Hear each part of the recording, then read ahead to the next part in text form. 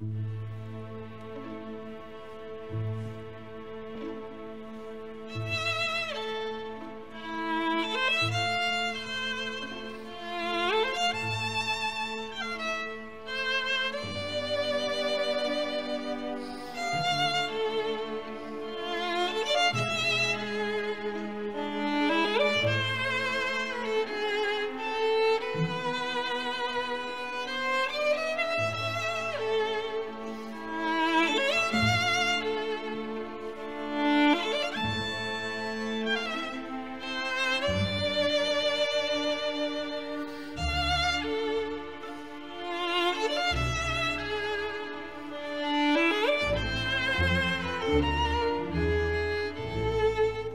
Gustave Flaubert, Hérodias, grand 1. La citadelle de Machaerus se dressait à l'orient de la mer Morte, sur un pic de basalte ayant la forme d'un cône. 4 vallées profondes entouraient, 2 vers les flancs, une en face, la 4e au-delà. Des maisons se tassaient contre sa base, dans le cercle d'un mur qui ondulait suivant les inégalités du terrain, et, par un chemin en zigzag, tailladant le rocher, la ville se reliait à la forteresse, dont les murailles étaient hautes de 120 coudées, avec des angles nombreux, des créneaux sur le bord, et çà et là, des tours qui faisaient comme des fleurons à cette couronne de pierre suspendue au-dessus de l'abîme. Il y avait dans l'intérieur un palais orné de portiques et couvert d'une terrasse que fermait une balustrade en bois de sycomore où des mâts étaient disposés pour tendre un vélarium. Un matin avant le jour, le tétrarque Hérode Antipas vint s'y accouder et regarda. Les montagnes immédiatement sous lui commençaient à découvrir leurs crêtes, pendant que leurs basses, jusqu'au fond des abîmes, étaient encore dans l'ombre. Un brouillard flottait, il se déchira, et les contours de la mer Morte apparurent. L'aube qui se levait derrière Machaerus épandait une rougeur. Elle illumina bientôt les sables de la grève, les collines, le désert, et, plus loin, tous les monts de la Judée, inclinant leur surface raboteuse et grise. Engedi, au milieu, traçait une barre noire. Hébron, dans l'enfoncement, s'arrondissait en dôme. Escouol avait des grenadiers, Sorek des vignes, Carmel des champs de sésame, et la tour Antonia, de son cube monstrueux, dominait Jérusalem. Le tétrarque en détourna la vue pour contempler, à droite, les palmiers de Jéricho, et il songea aux autres villes de sa Galilée, Capharnaüm, Andorre, Nazareth, Tibérias, ou peut-être il ne reviendrait plus. Cependant le Jourdain coulait sur la plaine aride, toute blanche, elle éblouissait comme une nappe de neige. Le lac, maintenant, semblait en lapis lazuli. Et, à sa pointe méridionale, du côté de l'Yémen, Antipas reconnut ce qu'il craignait d'apercevoir. Des tentes brunes étaient dispersées. Des hommes avec des lances circulaient entre les chevaux, et des feux s'éteignant brillaient comme des étincelles à ras du sol. C'étaient les troupes du roi des Arabes, dont il avait répudié la fille pour prendre Hérodias, mariée à l'un de ses frères, qui vivait en Italie, sans prétentions au pouvoir. Antipas attendait le secours des Romains, et Vitellius, gouverneur de la Syrie, tardant à paraître, il se rongeait d'inquiétude. Agrippa sans doute l'avait ruiné chez l'empereur. Philippe, son troisième frère, souverain de la Batanée, s'armait clandestinement. Les Juifs ne voulaient plus de ses mœurs idolâtres, toutes les autres de sa domination, si bien qu'il hésitait entre deux projets, adoucir les Arabes ou conclure une alliance avec les Parthes. Et, sous le prétexte de fêter son anniversaire, il avait convié pour ce jour même, à un grand festin, les chefs de ses troupes, les régisseurs de ses campagnes et les principaux de la Galilée. Il fouilla d'un regard aigu toutes les routes. Elles étaient vides. Des aigles volaient au-dessus de sa tête. Les soldats, le long du rempart, donnaient contre les murs. Rien ne bougeait dans le château. Tout à coup, une voix lointaine, comme échappée des profondeurs de la terre, fit pâlir le tétrarque. Il se pencha pour écouter. Elle avait disparu. Elle reprit, et, en claquant dans ses mains, elle cria « Manaï, Manaï !» Un homme se présenta, nu jusqu'à la ceinture, comme les masseurs des bains. Il était très grand, vieux, décharné, et portait sur la cuisse un coutelas dans une gaine de bronze. Sa chevelure, relevée par un peigne, exagérait la longueur de son front. Une somnolence décolorait ses yeux, mais ses dents brillaient, et ses orteils posaient légèrement sur les dalles, tout son corps ayant la souplesse d'un singe, et sa figure l'impassibilité d'une momie. « Où est-il » demanda le tétrarque. Manaher répondit, en indiquant avec son pouce un objet derrière eux. « Là, toujours. J'avais cru l'entendre. » Et Antipas, quand il eut respiré largement, s'informa de Yaochanan, le même que les latins appellent Saint Jean-Baptiste. Avait-on revu ces deux hommes admis par indulgence, l'autre mois, dans son cachot, et savait-on depuis lors ce qu'ils étaient venus faire? Manaher répliqua. Ils ont échangé avec lui des paroles mystérieuses, comme les voleurs, le soir, au carrefour des routes. Ensuite, ils sont partis vers la Haute-Galilée, en annonçant qu'ils apporteraient une grande nouvelle. Antipas baissa la tête, puis d'un air d'épouvante. « Garde-le, garde-le, et ne laisse entrer personne. Ferme bien la porte. Couvre la fosse. On ne doit pas même soupçonner qu'il vit. » Sans avoir reçu ses ordres, Manaher les accomplissait, car Yaochanan était juif, et il exécrait les juifs comme tous les samaritains. Le temple de Garizim, désigné par Moïse pour être le centre d'Israël, n'existait plus depuis le roi Hircam, et celui de Jérusalem les mettait dans la fureur d'un outrage et d'une injustice permanente. Manaher s'y était introduit afin d'en souiller l'autel avec des os de mort. Ses compagnons, moins rapides, avaient été décapités. Il aperçut dans l'écartement des deux collines. Le soleil faisait resplendir ses murailles de marbre blanc et les lames d'or de sa toiture. C'était comme une montagne lumineuse, quelque chose de surhumain, écrasant tous de son opulence et de son orgueil. Alors il étendit les bras du côté de Sion, et la taille droite, le visage en arrière, les poings fermés, lui jeta un anathème, croyant que les mots avaient un pouvoir effectif. Antipas écoutait sans paraître scandalisé. Le Samaritain dit encore « Par moments il s'agite, il voudrait fuir. Il espère une délivrance. D'autres fois il a l'air tranquille d'une bête malade. Ou bien je le vois qui marche dans les ténèbres en répétant « Qu'importe, pour qu'il grandisse, il faut que je diminue. » Antipas et Manaher se regardèrent, mais le tétrarque était là de réfléchir. Tous ces monts autour de lui, comme des étages de grands flots pétrifiés, les gouffres noirs sur le flanc des falaises, l'immensité du ciel bleu, l'éclat violent du jour, la profondeur des abîmes le troublait, et une désolation l'envahissait au spectacle du désert qui figure dans le bouleversement de ces terrains, des amphithéâtres et des palais abattus. Le vent chaud apportait avec l'auteur du soufre comme l'exhalaison des villes maudites, ensevelies plus bas que le rivage, sous les eaux pesantes. Ces marques d'une colère immortelle effrayaient sa pensée. Et il restait, les deux coudes sur la balustrade, les yeux fixes et les tempes dans les mains. Quelqu'un l'avait touché, il se retourna, Hérodias était devant lui. Une ciment de pourpre légère l'enveloppait jusqu'aux sandales. Sortie précipitamment de sa chambre, elle n'avait ni collier, ni pendant d'oreille. Une tresse de ses cheveux noirs lui tombait sur un bras et s'enfonçait par le bout dans l'intervalle de ses deux seins. Ses narines, trop remontées, palpitaient. La joie d'un triomphe éclairait sa figure, et d'une voix forte, secouant le tétrarque. « César nous aime. Agrippa est en prison. »« Qui te l'a dit ?»« Je le sais. » Elle ajouta. C'est pour avoir souhaité l'empire à Caius. Tout en vivant de leurs aumônes, il avait brigué le titre de roi qu'ils ambitionnaient comme lui. Mais dans l'avenir, plus de crainte. Les cachots de Tibère s'ouvrent difficilement, et quelquefois, l'existence n'y est pas sûre. Antipas la comprit, et bien qu'elle fût la sœur d'Agrippa, son intention atroce lui sembla justifiée.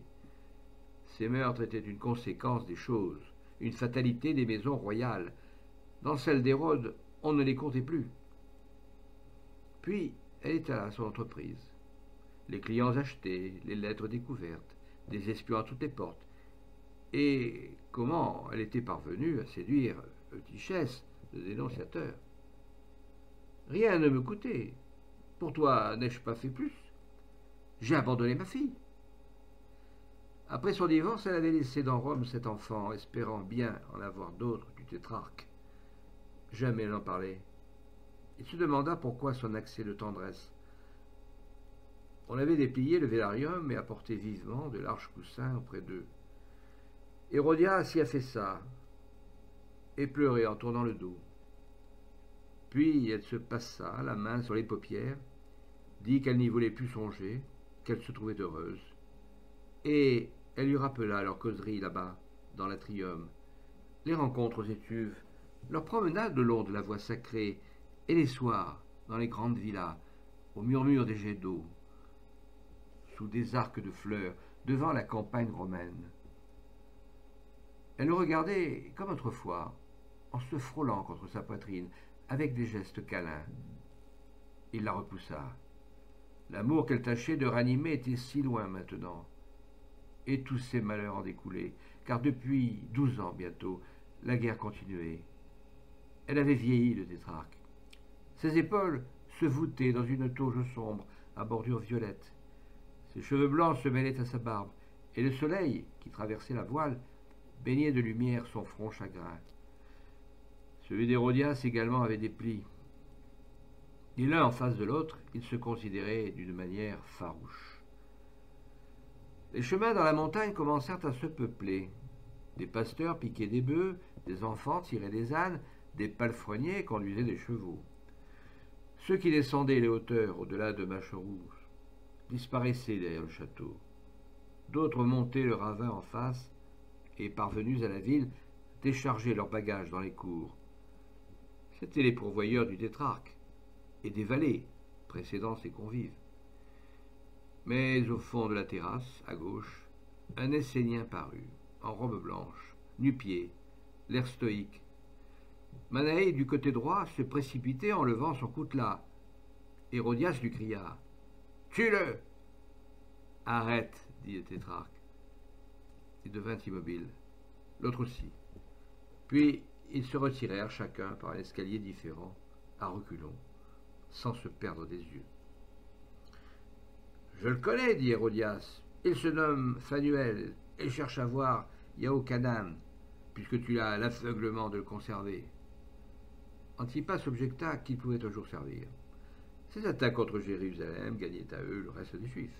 « Non, reprit-elle, ils acceptent tous les maîtres et ne sont pas capables de faire une patrie. Quant à celui qui remuait le peuple avec des espérances conservées depuis Néhémias, la meilleure politique était de le supprimer. Rien ne pressait, selon le tétrarque. Il n'y a aucun dangereux? Allons donc. Il affectait d'en rire. Tais-toi. Et elle redit son humiliation un jour qu'elle allait vers Galade pour la récolte du baume. Des gens, au bord du fleuve, remettaient leurs habits. Sur un monticule à côté, un homme parlait. Il avait une peau de chameau autour des reins, et sa tête ressemblait à celle d'un lion.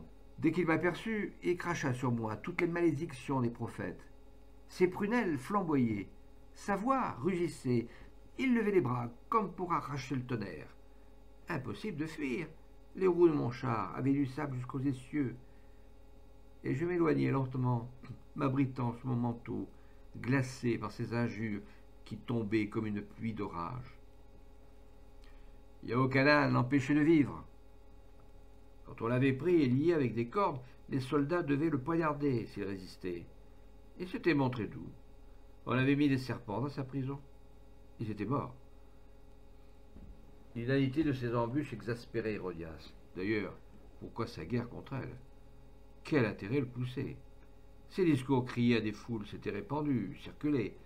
Elle les entendait partout, ils emplissaient l'air. Contre des légions, elle aurait eu de la bravoure, mais cette force plus pernicieuse que les glaives et qu'on ne pouvait saisir était stupéfiante. Et elle parcourait la terrasse, blêmie par sa colère, manquant de mots pour exprimer ce qui l'étouffait. Elle songeait aussi que les tétrarques, cédant à l'opinion, s'aviseraient peut-être de la répudier. Alors, tout serait perdu. Depuis son enfance, elle nourrissait le rêve d'un grand empire. C'était pour y atteindre que, délaissant son premier époux, elle s'était jointe à celui-là qui l'avait dupée, pensait-elle. J'ai pris un bon soutien en entrant dans ta famille. Elle vaut la tienne, dit simplement le tétrarque.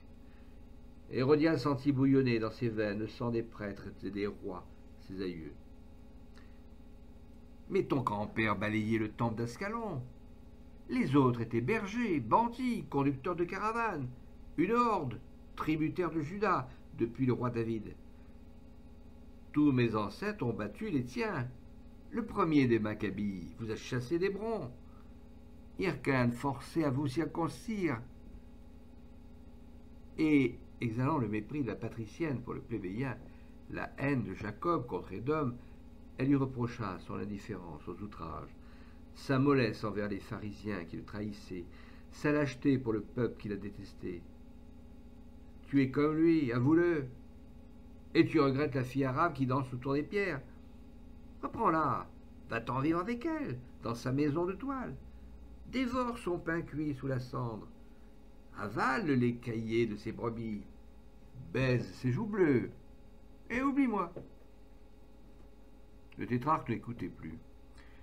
Il regardait la plateforme d'une maison où il y avait une jeune fille et une vieille femme, tenant un parasol à manches de roseau, long comme la ligne d'un pêcheur.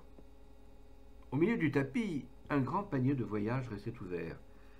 Des ceintures, des voiles, des pendeloques d'orfèvrerie en débordaient confusément. La jeune fille, par intervalles, se penchait vers ces choses, et les secouait à l'air. Elle était vêtue, comme les Romaines, d'une tunique calamistrée, avec un péplum à glands d'émeraude, et des lanières bleues enfermaient sa chevelure, trop lourde, sans doute, car de temps à autre elle y portait la main.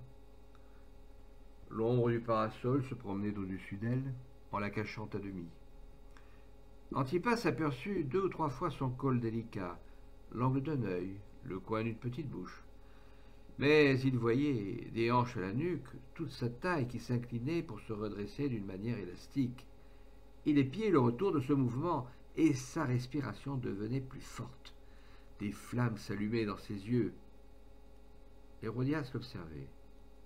Il demanda « Qui est-ce » Elle répondit sans rien savoir, et s'en alla, soudainement apaisé. Le tétrarque était attendu sous les portiques par des Galiléens, le maître des Écritures, le chef des pâturages, l'administrateur des salines et un juif de Babylone, commandant ses cavaliers. Tous le saluèrent d'une acclamation. Puis il disparut vers les chambres intérieures. Phanuel surgit à l'angle d'un couloir. « Ah, encore? Tu viens pour Yahochanan, sans doute. Et pour toi, j'ai à t'apprendre une chose considérable. » Et, sans quitter Antipas, il pénétra derrière lui dans un appartement obscur. Le jour tombait par un grillage, se développant tout du long sous la corniche. Les murailles étaient peintes d'une couleur grenat presque noire. Dans le fond s'étalait un lit d'ébène, avec des sangles en peau de bœuf. Un bouclier d'or au-dessus luisait comme un soleil. Antipas traversa toute la salle, se coucha sur le lit. Phanuel était debout. Il leva son bras et, dans une attitude inspirée, « Le Très-Haut envoie par moments un de ses fils. Yahochanan en est un. Si tu l'opprimes, tu seras châtié. » « C'est lui qui me persécute, s'écria Antipas. Il a voulu de moi une action impossible. Depuis ce temps-là, il me déchire. Et je n'étais pas dur au commencement. Et il a même dépêché de Machaérus des hommes qui bouleversent mes provinces. Malheur à sa vie, puisqu'il m'attaque, je me défends. Ces colères ont trop de violence, répliqua Phanuel. N'importe, il faut le délivrer. On ne relâche pas les bêtes furieuses, dit le tétrarque. L'Essénien répondit. Ne t'inquiète plus, il ira chez les Arabes, les Gaulois, les Scythes. Son œuvre doit s'étendre jusqu'au bout de la terre. Antipas semblait perdu dans une vision. Sa puissance est forte. Malgré moi, je l'aime. Alors qu'il soit libre. Le tétrarque hocha la tête. Il craignait Hérodias, Manaï à l'inconnu. Phanuel tâcha de le persuader en alléguant, pour garantie de ses projets, la soumission des Esséniens au roi. On respectait ces hommes pauvres, indomptables par les supplices, vêtus de lin, et qui lisaient l'avenir dans les étoiles. Antipas se rappela un mot de lui tout à l'heure. Quelle est cette chose que tu m'annonçais comme importante? Un nègre survint. Son corps était blanc de poussière. Il râlait et ne put que dire « Vitellius !»« Comment? Il arrive? Je l'ai vu. Avant 3 heures, il est ici. » Les portières des corridors furent agitées, comme par le vent. Une rumeur emplit le château, un vacarme de gens qui couraient, de meubles qu'on traînait, d'argenterie s'écroulant, et du haut des tours, des buccins sonnaient pour avertir les esclaves dispersés. Grand 2.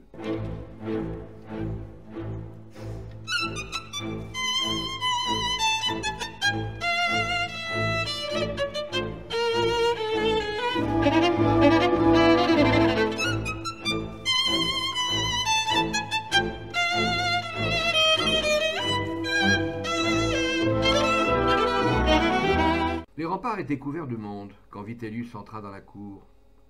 Il s'appuyait sur le bras de son interprète, suivi d'une grande litière rouge ornée de panaches et de miroirs, ayant la toge, le laticlave, les brodequins d'un consul et des licteurs autour de sa personne. Ils plantèrent contre la porte leurs 12 faisceaux, des baguettes reliées par une courroie avec une hache dans le milieu. Alors tous frémirent devant la majesté du peuple romain. La litière que 8 hommes manœuvraient s'arrêta. Il en sortit un adolescent, le ventre gros, la face bourgeonnée, des perles le long des doigts. On lui offrit une coupe pleine de vin et d'aromates. Il la but et en réclama une seconde. Le tétrarque était tombé aux genoux du proconsul. Chagrin, disait-il, de n'avoir pas connu plus tôt la faveur de sa présence. Autrement, il eût ordonné sur les routes tout ce qu'il faut pour les Vitellius. Il descendait de la déesse Vitellia. Une voie menant du Janicule à la mer portait encore leur nom. Les questures, les consulats étaient innombrables dans la famille. Et quant à Lucius, maintenant son hôte, on devait le remercier comme vainqueur des Clites et père de ce jeune Aulus qui semblait revenir dans son domaine, puisque l'Orient était la patrie des dieux. Ces hyperboles furent exprimées en latin. Vitellius les accepta impassiblement. Et il répondit que le grand Hérode suffisait à la gloire d'une nation. Les Athéniens lui avaient donné la surintendance des Jeux olympiques. Il avait bâti des temples en l'honneur d'Auguste, était patient, ingénieux, terrible, et fidèle toujours au César. Entre les colonnes, un chapiteau d'airain, on aperçut Hérodias, qui s'avançait d'un air d'impératrice, au milieu de femmes et d'eunuques tenant sur des plateaux de vermeil des parfums allumés. Le proconsul fit 3 pas à sa rencontre, et, l'ayant salué d'une inclinaison de tête, « Quel bonheur !» s'écria-t-elle, « que désormais Agrippa, l'ennemi de Tibère, fût dans l'impossibilité de nuire. » Il ignorait l'événement. Elle lui parut dangereuse. Et comme Antipas jurait qu'il ferait tout pour l'empereur, Vitellius ajouta « Même au détriment des autres ?» Il avait tiré des otages du roi des Parthes, et l'empereur n'y songeait plus, car Antipas, présent à la conférence pour se faire valoir, en avait tout de suite expédié la nouvelle. De là, une haine profonde, et les retards à fournir des secours. Le tétrarque balbutia, mais Aulus dit en riant « Calme-toi, je te protège. » Le proconsul feignit de n'avoir pas entendu. La fortune du père dépendait de la souillure du fils, et cette fleur des fanges de Caprée lui procurait des bénéfices tellement considérables qu'il entourait d'égards, tout en se méfiant, parce qu'elle était vénéneuse. Un tumulte s'éleva sous la porte. On introduisait une file de mules blanches montées par des personnages en costume de prêtres. C'étaient des Sadducéens et des pharisiens que la même ambition poussait à Machaerus, les premiers voulant obtenir la sacrificature et les autres la conserver. Leurs visages étaient sombres, ceux des pharisiens surtout, ennemis de Rome et du tétrarque. Les pans de leurs tuniques les embarrassaient dans la cohue. et leur tiare chancelait à leur front, par-dessus des bandelettes de parchemin, où les écritures étaient tracées. Presque en même temps arrivèrent des soldats de l'avant-garde.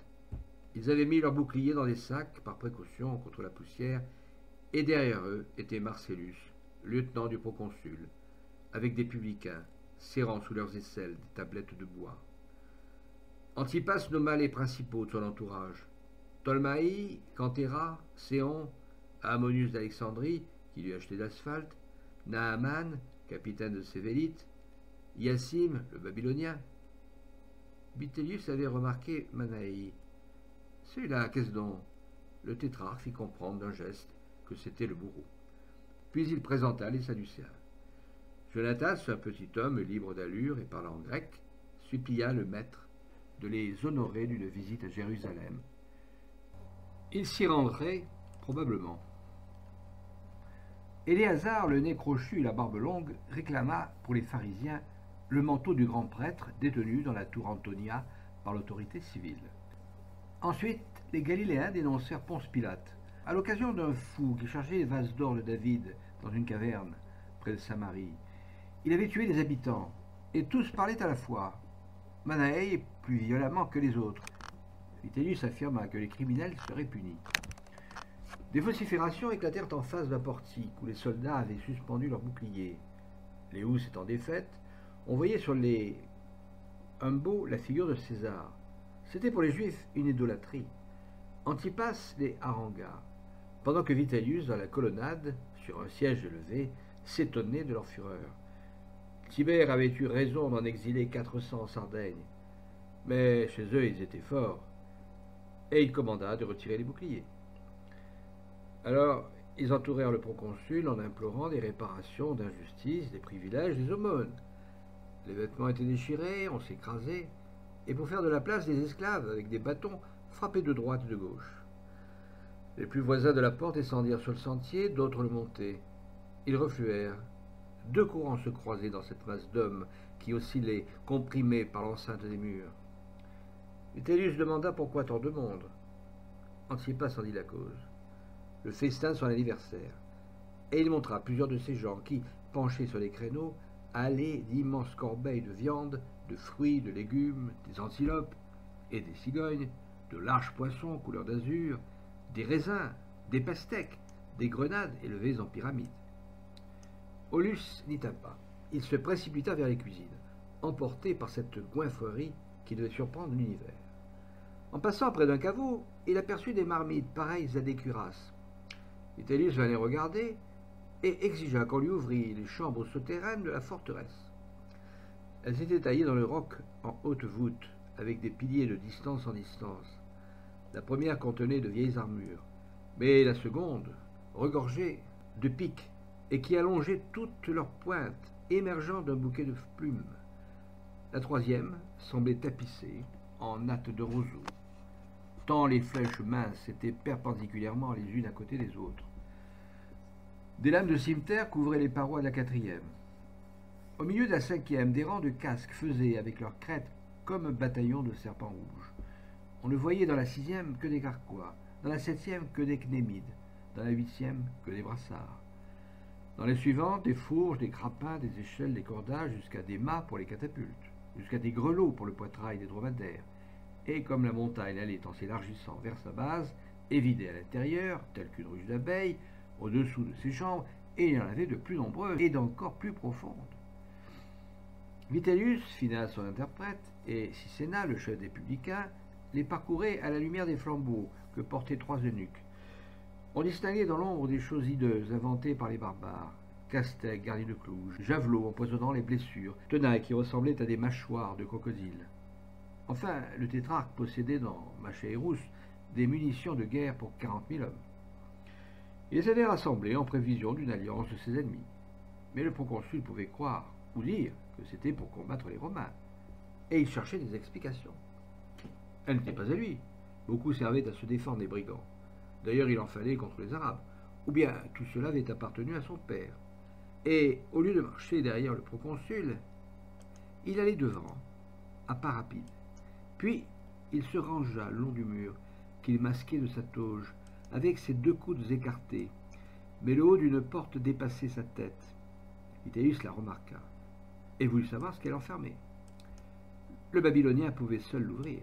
« Appelle le Babylonien !» On l'attendit.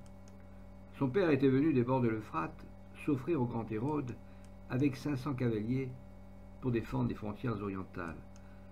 Après le partage du royaume, Hyacinthe était demeuré chez Philippe et maintenant servait Antipas. Il se présenta, un arc sur l'épaule, un fouet à la main. Des cordons multicolores serraient étroitement ses jambes torses. Ses gros bras sortaient d'une tunique sans manches, et un bonnet de fourrure ombrageait sa mine, dont la barbe était frisée en anneaux. D'abord, il eut l'air de ne pas comprendre l'interprète, mais Vitellius lança un coup d'œil à Antipas, qui répéta tout de suite son commandement. Alors Hyacinthe appliqua ses deux mains contre la porte. Elle glissa dans le mur. Un souffle d'air chaud s'exhala des lèvres. Une allée descendait en tournant. Ils la prirent et arrivèrent au seuil d'une grotte, plus étendue que les autres souterrains. Une arcade s'ouvrait au fond sur le précipice qui, de ce côté-là, défendait la citadelle.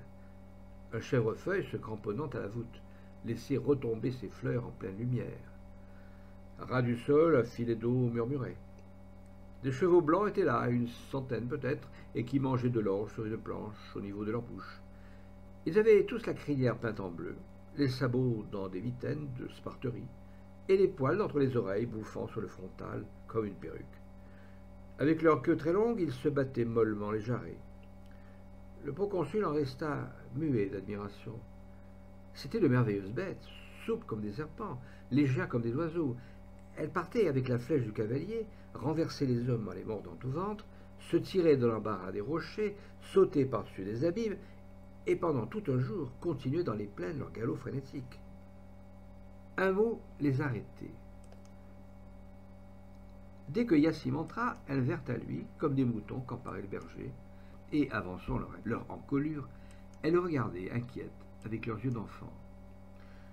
Par habitude, il lança du fond de sa gorge un cri rauque qui les mit en gaieté, et elles se cabraient, affamées d'espace, demandant à courir. Antipas, de peur que Vitellius ne les enlevât, les avait emprisonnés dans cet endroit, spécial pour les animaux en cas de siège. « L'écurie est mauvaise, dit le proconsul, et tu risques de les perdre.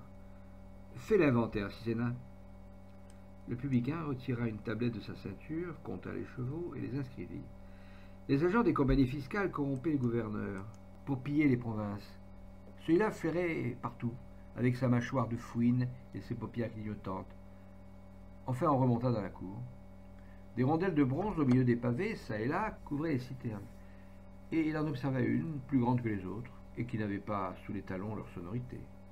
Il les frappa toutes, alternativement, puis hurla, pétinant. « Je l'ai! C'est ici le trésor d'Hérode !» La recherche de ces trésors était une folie des Romains. Il n'existait pas, jura le tétrarque. Cependant, qu'y avait-il là-dessous? Rien. Un homme, un prisonnier. Montre-le, dit Vitellius. Le tétrarque n'obéit pas. Les Juifs auraient connu son secret. Sa répugnance à ouvrir la rondelle impatientait Vitellius. « Enfoncez-la » cria-t-il au lecteur. Manaée avait deviné ce qui les occupait, et crut, en voyant une hache qu'on allait décapiter Yaoukanan, et il arrêta le licteur premier coup sur la plaque, insinuant entre elle et les pavés une manière de crochet, puis, roidissant ses longs bras maigres, la souleva doucement. Elle s'abattit. Tous admirèrent la force de ce vieillard. Sous le couvercle, doublé de bois, s'étendait une trappe de même dimension. D'un coup de poing, elle se repliait en deux panneaux.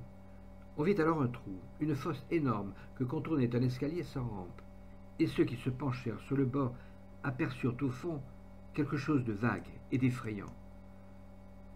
Un être humain était couché par terre, sous de longs cheveux se confondant avec les poils de bête qui garnissaient son dos.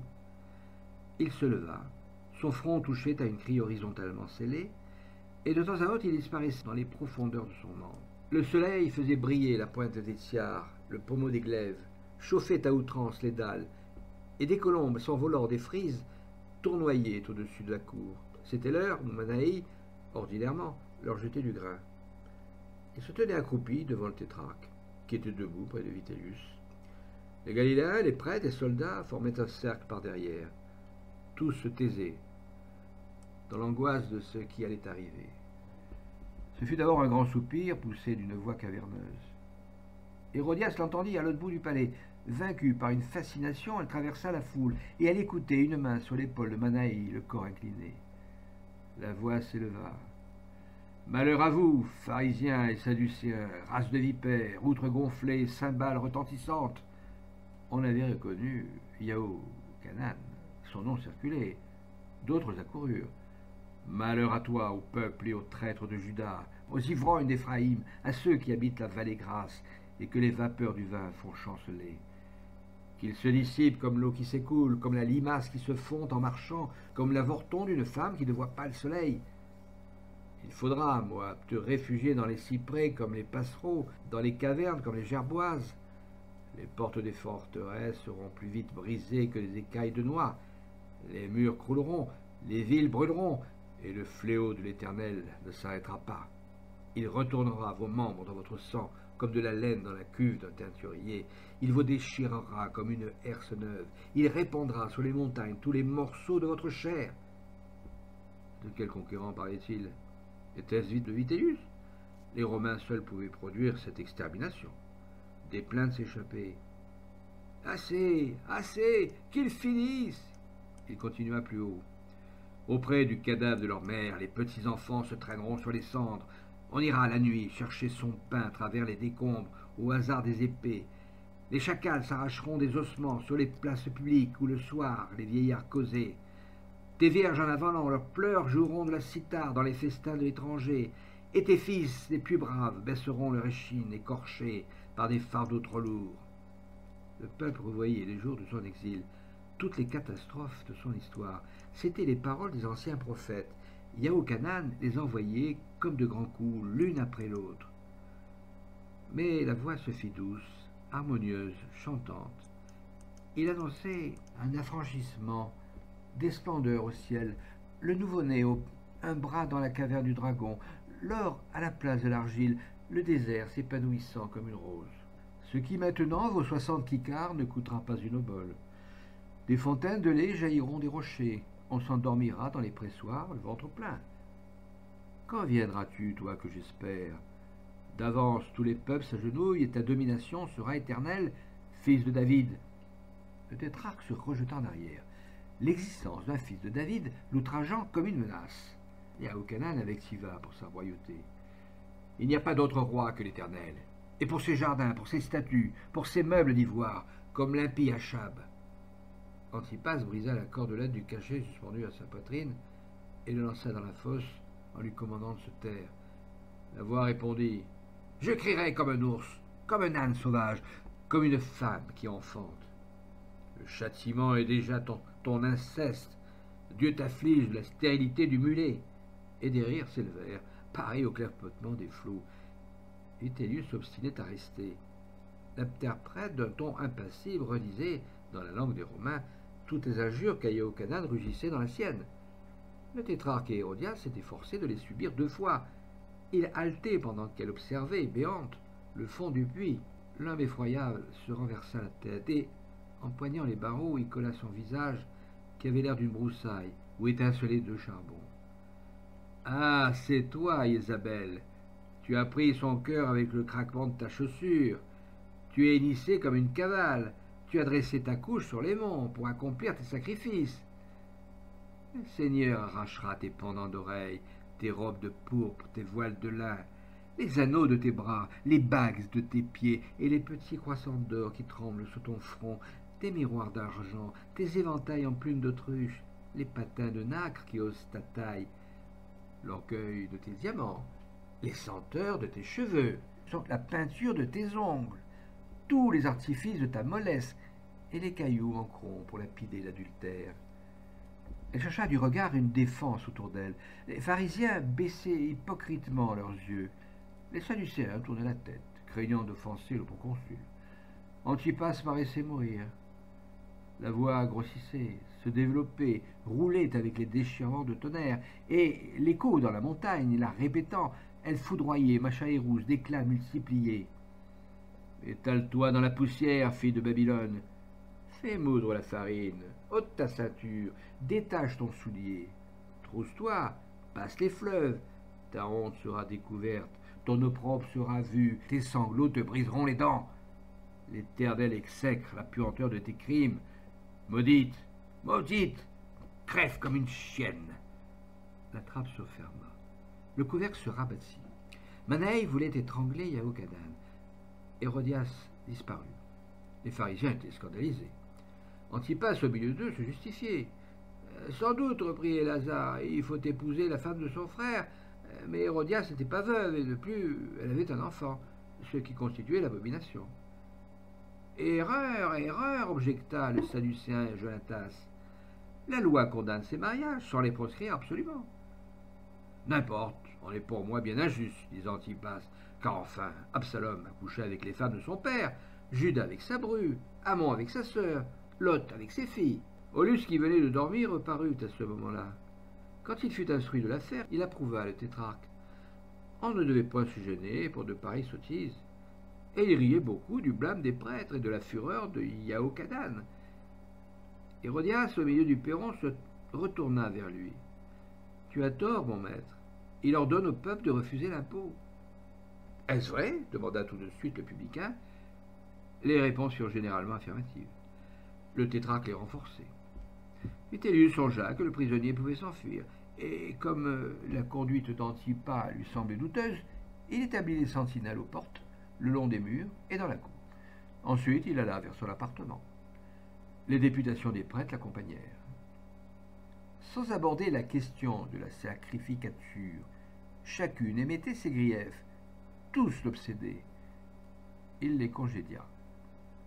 Jonatas le quittait quand il aperçut dans un créneau Antipas causant avec un homme à longs cheveux et en robe blanche, un Essénien, et il regretta de l'avoir soutenu. Une réflexion avait consolé le tétrarque. Yahochanan ne dépendait plus de lui. Les Romains s'en chargeaient. Quel soulagement! Phanuel se promenait alors sur le chemin de ronde. Il l'appela et, désignant les soldats, « Ils sont les plus forts. Je ne peux le délivrer. Ce n'est pas ma faute. » La cour était vide. Les esclaves se reposaient. Sur la rougeur du ciel qui enflammait l'horizon, les moindres objets perpendiculaires se détachaient en noir. Antipas distingua les salines à l'autre bout de la mer morte et ne voyait plus les tentes des Arabes. Sans doute ils étaient partis. La lune se levait et un apaisement descendait dans son cœur. Phanuel, accablé, restait le menton sur la poitrine. Enfin, il révéla ce qu'il avait à dire. Depuis le commencement du mois, il étudiait le ciel avant l'aube. La constellation de Persée se trouvant au zénith, Agala se montrait à peine. Algol brillait moins. Miracle et Etsi avaient disparu, d'où il augurait la mort d'un homme considérable, cette nuit même, dans Machaérus. Lequel? Vitellius était bien trop entouré. On n'exécuterait pas Yahochanan. C'est donc moi, pensa le tétrarque. Peut-être que les Arabes allaient revenir. Le proconsul découvrirait ses relations avec les Parthes. Les sicaires de Jérusalem escortaient les prêtres. Ils avaient sous leurs vêtements des poignards. Et le tétrarque ne doutait pas de la science de Phanuel. Il eut l'idée de recourir à Hérodias. Il la haïssait pourtant, mais elle lui donnerait du courage. Et tous les liens n'étaient pas rompus de l'ensorcellement qu'il avait autrefois subi. Quand il entra dans sa chambre, du cinnamome fumait sur une vasque de porphyre. Et des poudres, des onguents, des étoffes pareilles à des nuages, des broderies plus légères que des plumes étaient dispersées. Il ne dit pas la prédiction de Phanuel, ni sa peur des Juifs et des Arabes. Elle l'eût accusé d'être lâche. Il parla seulement des Romains. Vitellius ne lui avait rien confié de ses projets militaires. Il le supposait ami de Caius, que fréquentait Agrippa. Et il serait envoyé en exil, ou peut-être on l'égorgerait. Hérodias, avec une indulgence dédaigneuse, tâcha de le rassurer. Enfin, elle tira d'un petit coffre une médaille bizarre ornée du profil de Tibère. Cela suffisait à faire pâlir les licteurs et fondre les accusations. Antipas, ému de reconnaissance, lui demanda comment elle l'avait.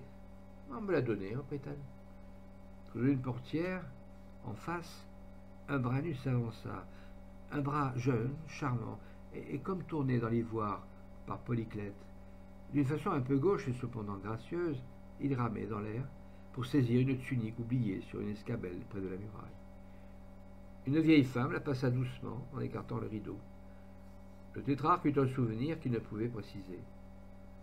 Cette esclave est-elle à toi? Que t'importe, répondit Hérodias. Troisième partie.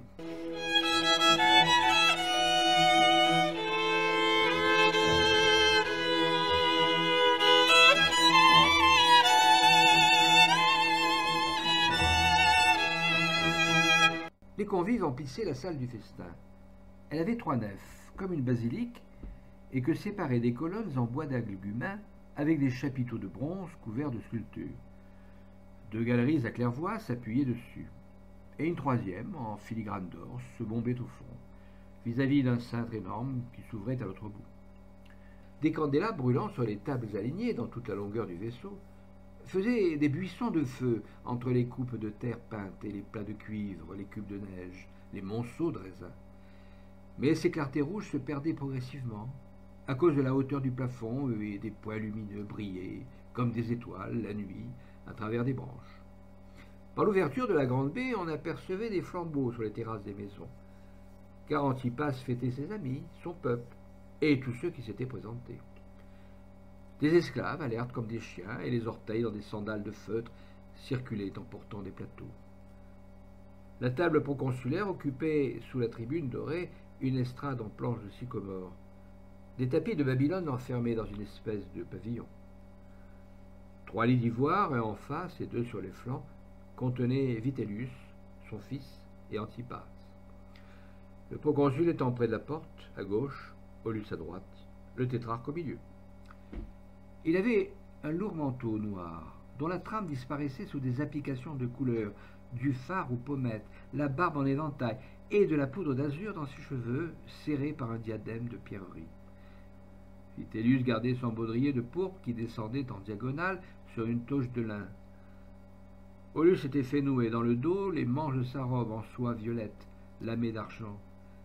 Les boudins de sa chevelure formaient des étages, et un collier de saphir étincelait à sa poitrine, grasse et blanche, comme celle d'une femme. Près de lui, sur une natte et jambes croisées, se tenait un enfant très beau, qui souriait toujours. Il l'avait vu dans les cuisines, ne pouvait plus s'en passer. Ayant peine à retenir son nom chaldéen, l'appelait simplement l'asiatique. De temps à autre, il s'étalait sur le triclinium, alors ses pieds nus dominaient l'assemblée. De ce côté-là, il y avait les prêtres et les officiers d'Antipas, des habitants de Jérusalem, les principaux des villes grecques, et sous le proconsul Marcellus, avec les publicains, des amis du tétrarque, les personnages de Cana, Ptolémaïde, Jéricho, puis pêle-mêle, des montagnards du Liban et les vieux soldats d'Hérode, 12 Thraces, un Gaulois, 2 Germains, des chasseurs de gazelles, des pâtres de l'Idumée, le sultan de Palmyre, des marins d'Éziongabère. Chacun avait devant soi une galette de pâte molle pour s'essuyer les doigts. Et les bras, s'allongeant comme des coups de vautour, prenaient des olives, des pistaches, des amandes. Toutes les figures étaient joyeuses, sous des couronnes de fleurs. Les pharisiens les avaient repoussés comme indécence romaine. Ils frissonnèrent quand on les aspergea de galbanum et d'encens, composition réservée aux usages du temple. Aulus en frotta son aisselle et Antipas lui en promit tout un chargement, avec 3 couffes de ce véritable baume qui avait fait convoiter la Palestine à Cléopâtre. Un capitaine de sa garnison de Tibériade, survenu tout à l'heure, s'était placé derrière lui pour l'entretenir d'événements extraordinaires. Mais son attention était partagée entre le proconsul et ceux qu'on disait aux tables voisines. On y causait de Yaconan et des gens de son espèce. Simon de Guitoy lavait les péchés avec du feu. Un certain Jésus, le pire de tous, s'écria Éléazar. Quel infâme battleur! Derrière le tétrarque, un homme se leva, pâle, comme la bordure de sa chlamyde. Il descendit l'estrade, et interpellant les pharisiens, « Mensonge! Jésus fait des miracles! » Antipas désirait en voir.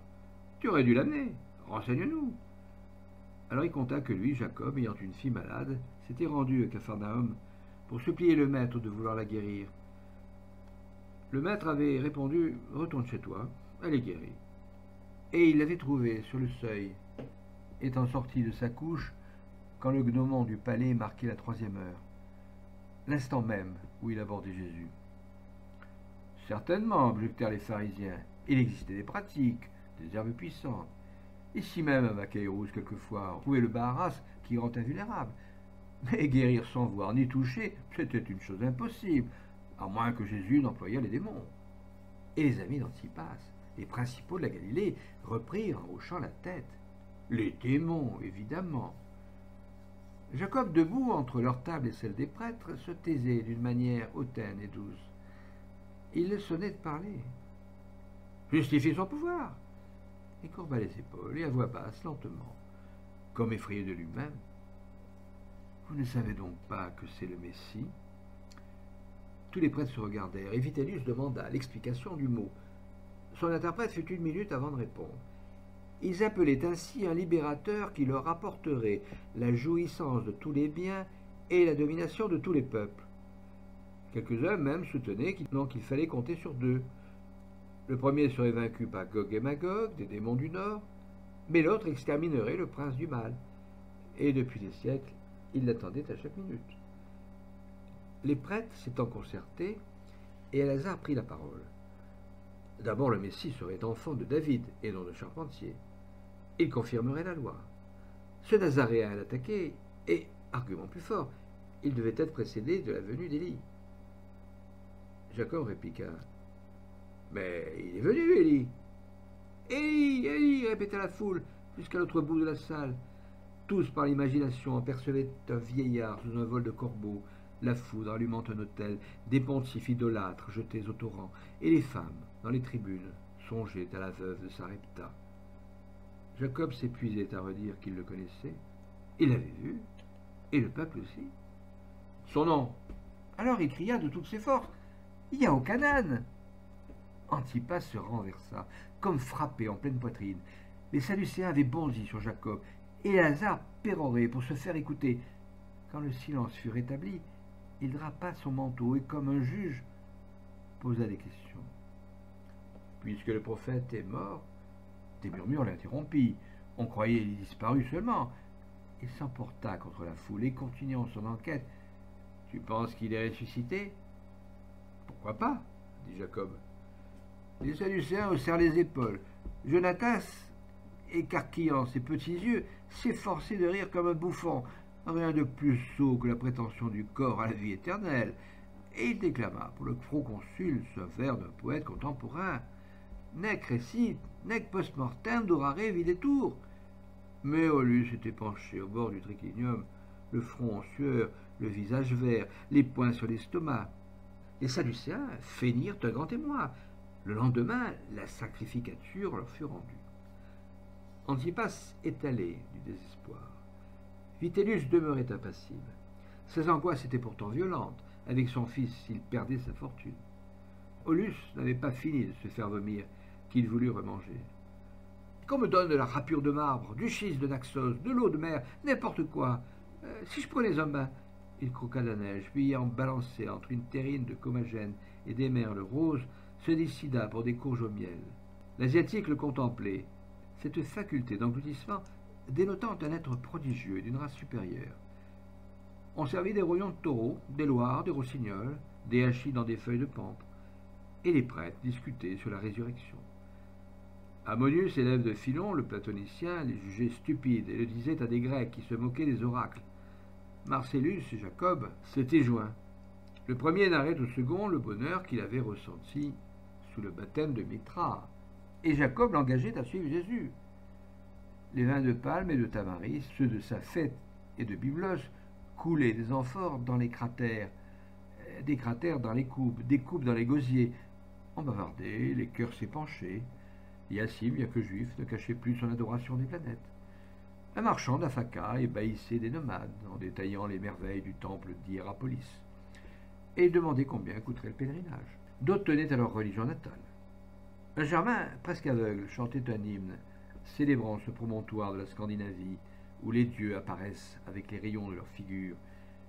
Et des gens de Sichem ne mangèrent pas de tourterelles, par déférence pour la colombe Azima. Plusieurs causaient debout, au milieu de la salle, et la vapeur des haleines avec les fumées des candélabres faisait un brouillard dans l'air. Fanuel passa le long des murs. Il venait encore d'étudier le firmament, mais n'avançait pas jusqu'au tétrarque, redoutant les taches d'huile qui, pour les Esséniens, était une grande souillure. Des coups retentirent contre la porte du château. On savait maintenant que Yaconan s'y trouvait détenu. Des hommes, avec des torches, grimpaient le sentier. Une masse noire fourmillait dans le ravin, et il hurlait de temps à autre « Yao Kanan, Yao Kanan !» « Il dérange tout, dit Jonatas. On n'aura plus d'argent s'il continue, ajoutèrent les pharisiens. Et des récriminations partaient. Protège-nous, qu'on en finisse. Tu abandonnes la religion? Impie comme les Hérodes? Moins que vous, répliqua Antipas. C'est mon père qui a édifié votre temple. Alors les pharisiens, les fils des proscrits, les partisans de Mattathias, accusèrent le tétrarque des crimes de sa famille. Ils avaient des crânes pointus, la barbe hérissée, des mains faibles et méchantes, ou la face camuse, de gros yeux ronds, l'air de bulldog. Une douzaine, scribes et valets des prêtres, nourris par le rebut holocauste, s'élancèrent jusqu'au bas de l'estrade, et avec des couteaux, ils menaçaient Antipas, qui les haranguait, pendant que les Sadducéens le défendaient mollement. Il aperçut Manaée et lui fit signe de s'en aller. Vitellius indiquant, par sa contenance, que ces choses ne le regardaient pas. Les pharisiens, restés sur leur triclinium, se mirent dans une fureur démoniaque. Ils brisèrent les plats devant eux. On leur avait servi le ragoût chéri de Mécène, de l'âne sauvage, une viande immonde. Aulus les railla à propos de la tête d'âne qu'ils honoraient, disait-on, et débita d'autres sarcasmes sur leur antipathie du pourceau. C'était sans doute parce que cette grosse bête avait tué leur Bacchus, et ils aimaient trop le vin, puisqu'on avait découvert dans le temple une vigne d'or. Les prêtres ne comprenaient pas ces paroles. Finet, Gallier d'origine, refusa de les traduire. Alors sa colère fut démesurée, d'autant plus que l'Asiatique, pris de peur, avait disparu, et le repas lui déplaisait, les mets étaient vulgaires, point déguisés suffisamment. Il se calma en voyant des queues de brebis syriennes qui sortent des paquets de graisse. Le caractère des Juifs semblait hideux à Vitellius. Leur dieu pouvait bien être Moloch, dont il avait rencontré des autels sur la route. Et les sacrifices d'enfants lui revinrent à l'esprit, avec l'histoire de l'homme qu'ils engraissaient mystérieusement. Son cœur de latin était soulevé de dégoût par leur intolérance, leur rage iconoclaste, leur achoppement de brutes. Le proconsul voulait partir. Aulus s'y refusa. La robe abaissée jusqu'aux hanches. Il gisait derrière un monceau de victuailles, trop repu pour en prendre, mais s'obstinant à ne point les quitter. L'exaltation du peuple grandit. Ils s'abandonnèrent à des projets d'indépendance. On rappelait la gloire d'Israël. Tous les conquérants avaient été châtiés. Antigone, Crassus, Varus. Misérable, dit le proconsul, car il entendait le syriaque. Son interprète ne savait qu'à lui donner du loisir pour répondre. Antipas bien vite tira la médaille de l'empereur et, l'observant avec tremblement, il la présenta du côté de l'image. Les panneaux de la tribune nord se déployèrent tout à coup, et à la splendeur des cierges, entre ses esclaves et des festons d'anémones, Hérodias apparut, coiffé d'une mitre assyrienne, qu'une mentonnière attachait à son front. Ses cheveux en spirale s'épandaient sur un péplos d'écarlate, fendu dans la longueur des manches. Deux monstres en pierre, pareils à ceux du trésor des Atrides, se dressant contre la porte. Elle ressemblait à Cybèle, à côté de ses lions. Et du haut de la balustrade, qui dominait Antipas, avec une patère à la main, elle cria « Longue vie à César !» Cet hommage fut répété par Vitellius, Antipas et les prêtres. Mais il arriva du fond de la salle un bourdonnement de surprise et d'admiration. Une jeune fille venait d'entrer. Sous un voile bleuâtre lui cachant la poitrine et la tête, on distinguait les arcs de ses yeux, les calcédoines de ses oreilles, la blancheur de sa peau. Un carré de soie-gorge de pigeon, en couvrant les épaules, tenait au rein par une ceinture d'orfèvrerie. Ses caleçons noirs étaient semés de mandragore, et d'une manière indolente, elle faisait claquer de petites pantoufles enduvées de colibri. Sur le haut de l'estrade, elle retira son voile. C'était Hérodias, comme autrefois, dans sa jeunesse. Puis elle se mit à danser. Ses pieds passaient l'un devant l'autre, au rythme de la flûte et d'une paire de crotales. Ses bras arrondis appelaient quelqu'un qui s'enfuyait toujours. Elle le poursuivait, plus légère qu'un papillon, comme une psyché curieuse, comme une âme vagabonde et semblait prête à s'envoler. Les sons funèbres de la Jeanne grasse remplacèrent les crotales. L'accablement avait suivi l'espoir. Ses attitudes exprimaient des soupirs, et toute sa personne eut telle langueur qu'on ne savait pas si elle pleurait un dieu ou se mourait dans sa caresse. Les paupières entrecloses, elle se tordait la taille, balançait son ventre avec des ondulations de houle, faisait trembler ses deux seins, et son visage demeurait immobile, et ses pieds n'arrêtaient pas. Vitellius la compara à Mnester, le pantomime. Aulus vomissait encore. Le tétrarque se perdait dans un rêve et ne songeait plus à Hérodias. Il crut la voir près des Sadducéens. La vision s'éloigna. Ce n'était pas une vision. Elle avait fait instruire, loin de Machaérousse, Salomé, sa fille, que les tétrarques aimeraient. Et l'idée était bonne, elle en était sûre maintenant. Puis ce fut l'emportement de l'amour qui veut être assouvi. Elle dansa, comme les prêtresses des Indes, comme les Nubiennes des cataractes, comme les Bacchantes de Lydie. Elle se renversait de tous les côtés, pareille à une fleur que la tempête agite. Les brillants de ses oreilles sautaient, l'étoffe de son dos chatoyait, de ses bras, de ses pieds, de ses vêtements, jaillissaient d'invisibles étincelles qui enflammaient les hommes. Une harpe chanta, la multitude y répondit par des acclamations. Sans fléchir ses genoux, en écartant les jambes, elle se courba, si bien que son menton frôlait le plancher. Et les nomades habitués à l'abstinence, les soldats de Rome, experts en débauche, les avares publicains, les vieux prêtres aigris par la dispute, tous, dilatant leurs narines, palpitaient de convoitise. Ensuite, elle tourna autour de la table d'Antipas, frénétiquement, comme le rhombe des sorcières, et d'une voix que des sanglots de volupté entrecoupaient, et lui disait « Viens, viens !» Elle tournait toujours, les tympanons sonnaient à éclater, la foule hurlait, mais le tétrarque criait plus fort « Viens, viens, tu auras Capharnaüm, la plaine de Tibérias, mes citadelles, la moitié de mon royaume !» Elle se jeta sur les mains, les talons en l'air, parcourut ainsi l'estrade comme un grand scarabée, et s'arrêta brusquement. Sa nuque et ses vertèbres faisaient un angle droit. Les fourreaux de couleur qui enveloppaient ses jambes, lui passant par-dessus l'épaule comme des arcs-en-ciel, accompagnaient sa figure à une coudée du sol.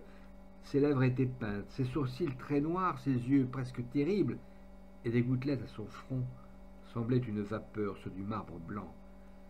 Elle ne parlait pas. Ils se regardaient. Un claquement de doigts se fit dans la tribune. Elle y monta, reparut et, en s'essayant un peu, prononça ces mots d'un air enfantin. « Je veux que tu me donnes dans un plat la tête, elle avait oublié le nom, mais reprit en souriant, la tête de Yaochanan. » Le tétrarque s'affaissa sur lui-même, écrasé. Il était contraint par sa parole et le peuple attendait, mais la mort qu'on lui avait prédite, en s'appliquant à un autre, peut-être détournerait la sienne. Si Yaochanan était véritablement Élie, il pourrait s'y soustraire. S'il n'était pas, le meurtre n'avait plus d'importance.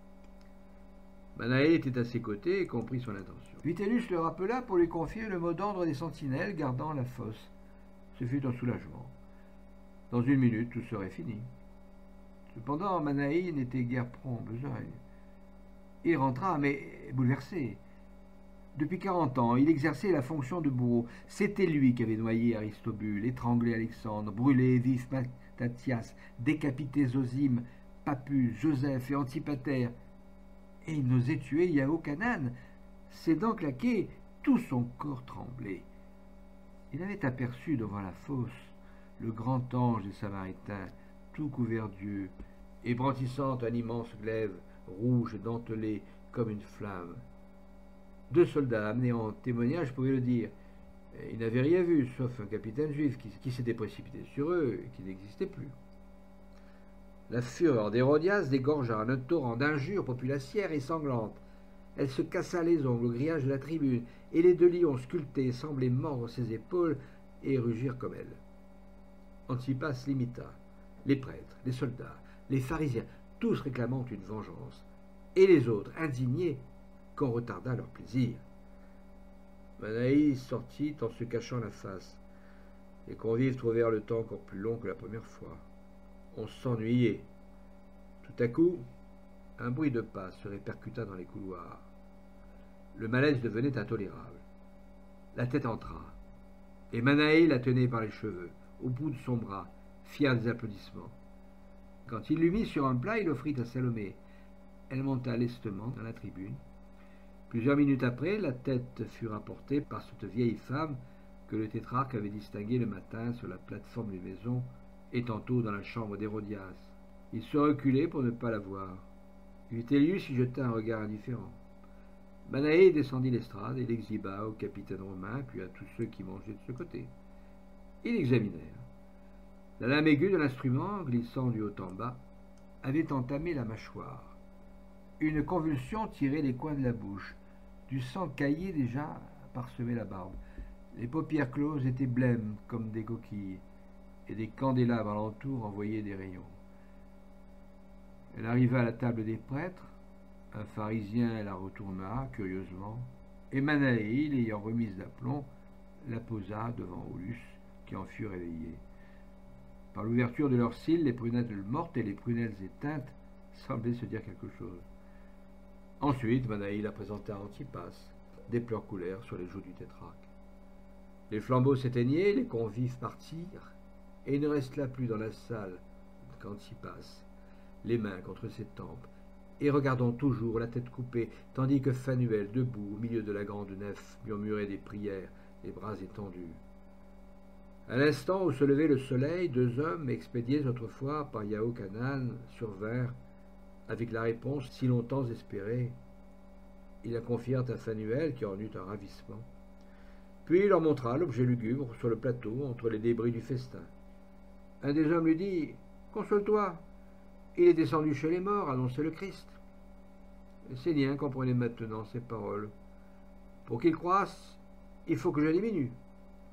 Pour qu'il croisse, il faut que je diminue. » Et tous les trois, ayant pris la tête de Yaochanan, s'en allèrent du côté de la Galilée.